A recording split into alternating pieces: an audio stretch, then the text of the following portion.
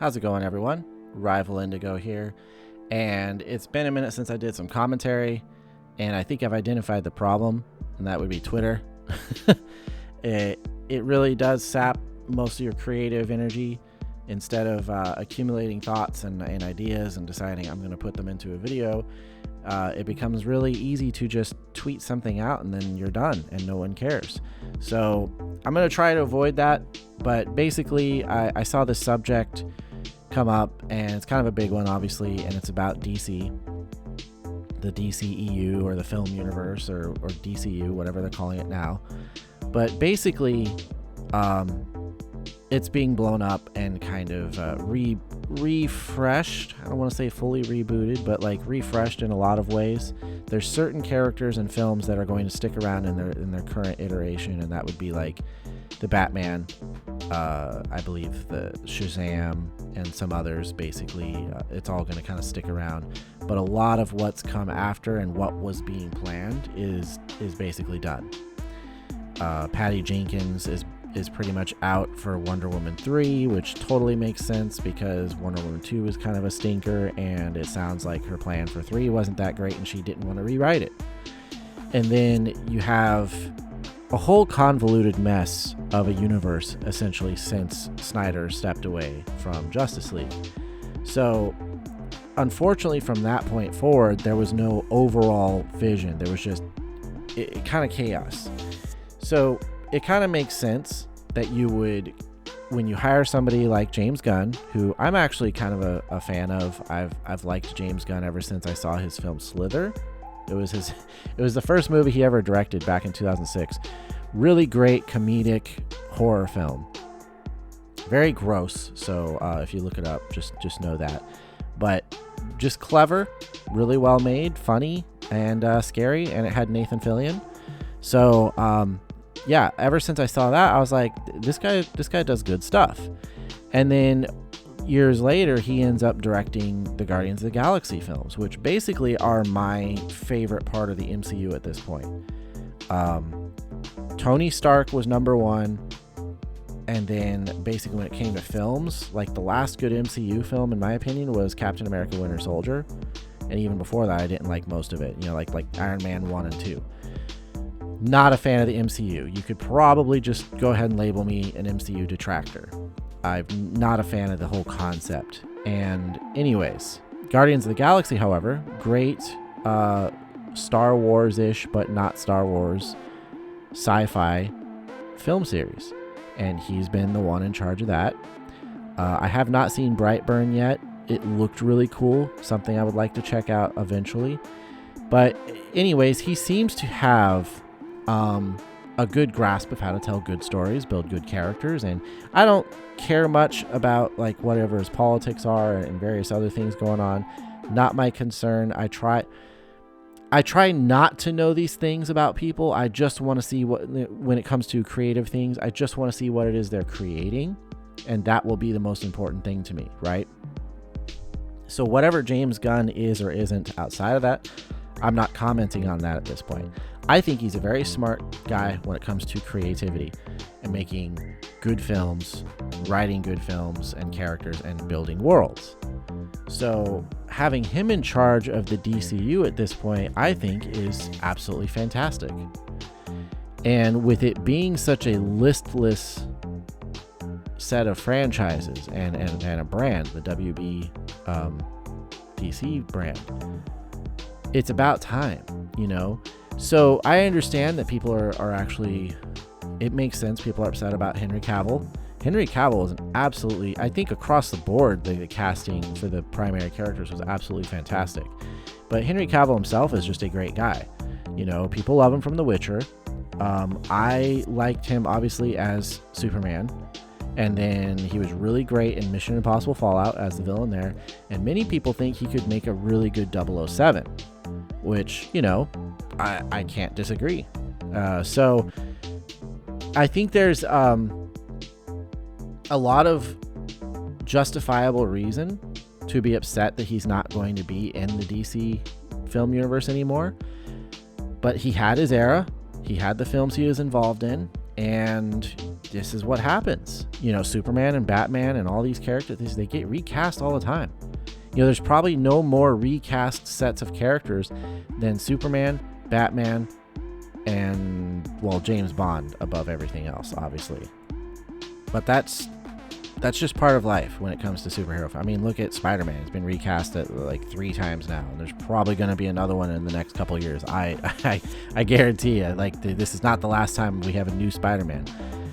But anyways, so I can understand, because for me, I'm upset that Ben Affleck's not going to get to be Batman anymore. I was upset, I guess I'd say, when they recast Robert Pattinson. But what happened? The Batman was awesome. It just an incredible vision of Gotham and the Batman world. It's very, very good. And Pattinson, surprisingly, was very, very good as Batman Bruce Wayne. So you really never know how this is going to turn out.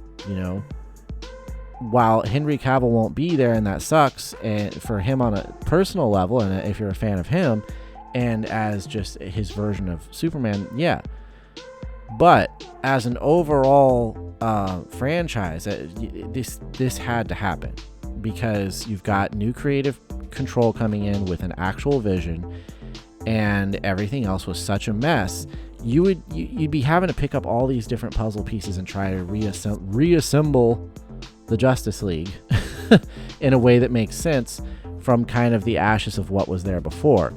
Really, it is better at this point to just kind of throw a stick of dynamite in, blow the whole thing up, and say, okay, this is where we're going, for sure. And James Gunn, just reading his thread here, he's talking about how him and Peter, they have a DC slate ready to go, which we couldn't be more over the moon about. We'll be able to share more exciting information, first projects at the beginning of the year.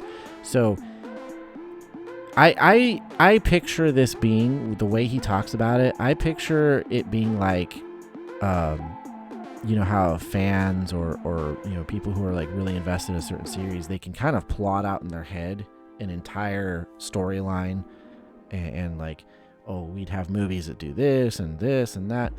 I feel like that's why they picked James Gunn, because he probably did.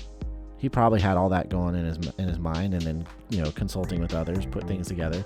So having that full vision ready to go and roll out scripts and pick directors and all that kind of thing, that's important to have like continuity going forward and make something that actually works. He does say among those on the slate is Superman. In the initial stages, our story will be focusing on an earlier part of Superman's life, so the character will not be played by Henry Cavill. He says, but we just had a great meeting with Henry, and we're big fans, and we talked about a number of exciting possibilities to work together in the future. So it makes sense that he's like not trying to do wrong by Cavill and would like to have him involved in some way in the DC world. Hell, maybe have Cavill on a producing role or a directing role. I don't know. Either way, just the fact that he's open to having him involved somehow, that to me is a nice little olive branch. And then he says he's written and has been for a while. They don't know who's directing it yet. It is not an origin movie, thank goodness, because I get so tired of everything being an origin movie these days. Oh, we're going to start back over from the darn ship crashing in the field in Kansas.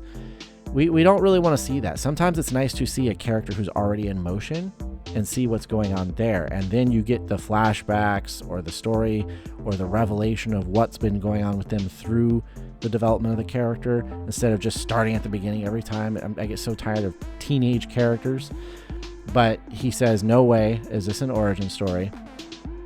From what they said, it'll be chronicling him working at the daily...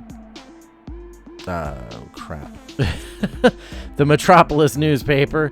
And then they go on, he answers a question about Ben Affleck directing, and he says he met with Ben yesterday precisely because he wants to direct, and we want him to direct, we just have to find the right project. So Ben Affleck, as much as I was upset that his Batman got recast, well, he could still be involved in the DC world as well.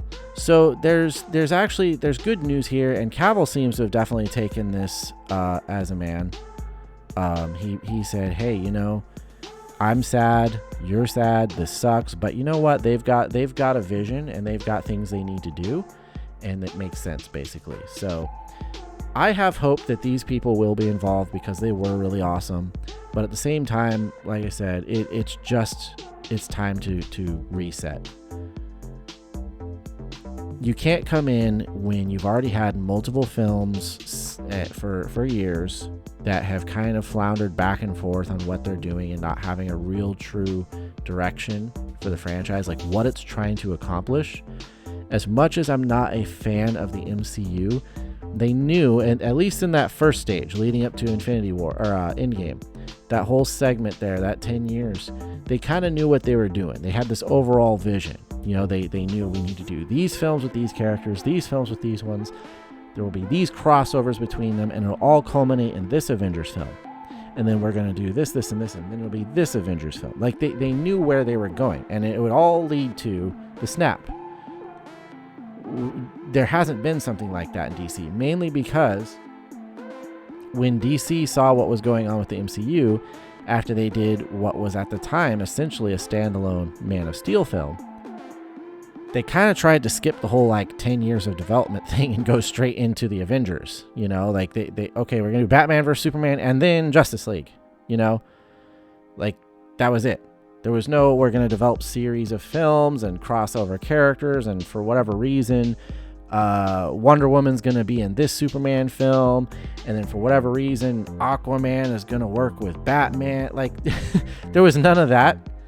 There was no world building that happened, except for, obviously the Snyderverse, the Snyder Cut version of Justice League. But there was no overall building. Like, if they wanted to do individual films, standalone characters, that would make more sense. But they weren't doing that, and they weren't doing a true cinematic universe either. They didn't know what they were doing. They were just trying to catch up to Marvel. And so everything was kind of a convoluted mess. It was never really going to be what they wanted it to be. And there's just no way, like I said, that you pick up the pieces and make that work. So you just kind of start fresh from scratch.